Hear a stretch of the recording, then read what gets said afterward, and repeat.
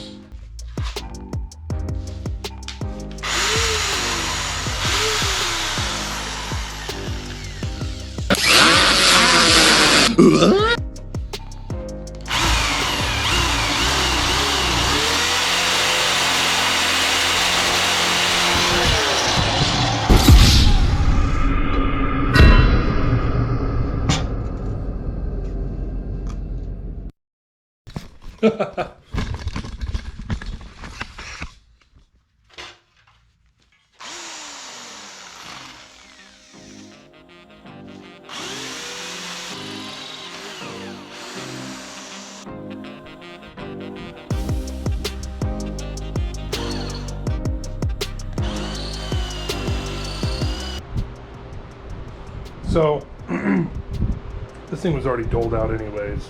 I'm super not impressed with this. I mean, I don't know. It says that it's a high-speed capable drill bit, and it says that it's for going through at least like, it says like there's a 1/4 inch steel, which I'm pretty sure that's about what that is. So it should be able to handle this job.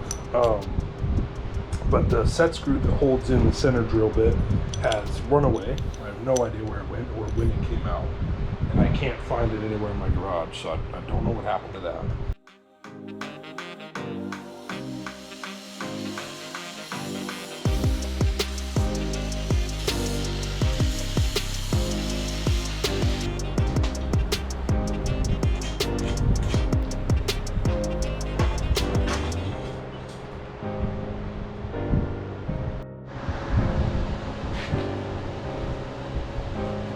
My little cardboard shims here to make sure this is centered. I'm sure those will catch fire. Let's go ahead and find out the hard way.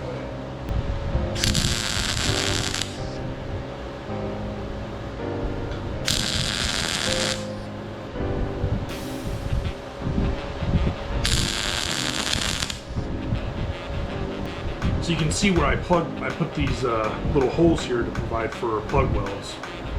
So then once it's welded all the way around the hitch receiver, then I'll go through and I'll do these little fillet welds here. Look at that. My little cardboard spacers didn't catch fire. Doing good. Let's do this side, and I think we'll be good with those little spacers. So that one's tacked on. We'll do the other side, and then we'll be good to kind of weld these all the way around. I feel pretty confident in their placement. So, oh, look at that. Not too bad. Trusty little spacers I've built myself there. That's a custom tool. It's Big Z Custom Tools right there.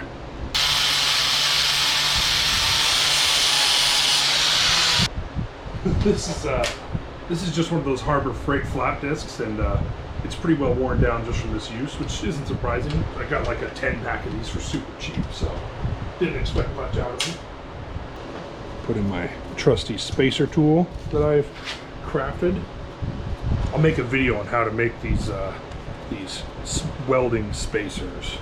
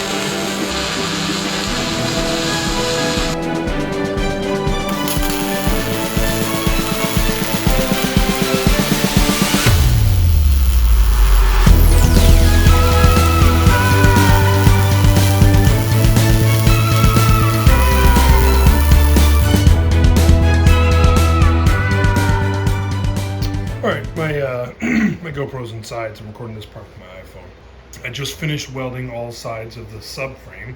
The only thing that I've left, a little bit of a change in plan, is I haven't touched this cross member. So this is just suspended in there, right? It's not tacked on or anything.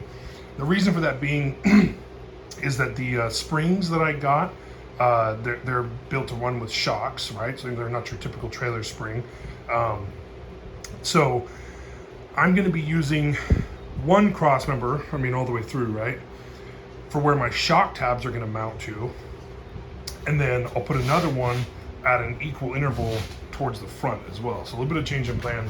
So I won't be using these little 1x1s for that. So what I'm going to try and use those for is the fender flares that'll cover over my wheels. So I already have the axle, it's come in. That'll be the next video. And then and then the rest of it's already all welded, so I'll show you some of my gross, disgusting welds. One's a little better than the other ones, huh? So, and right now it's sitting upside down, and I'm gonna leave it like this, set up on these sawhorses. I just thought of this idea, save my back and knees, because then when I come in here with the leaf springs, I don't need to try and mess with this on the ground. It's kind of at a working level for me. I mean, I'm still kind of have to slouch over a little bit, but I'm also, you know, ginormous. So, well, yeah. So that's where we're at for now. That's going to be the subframe.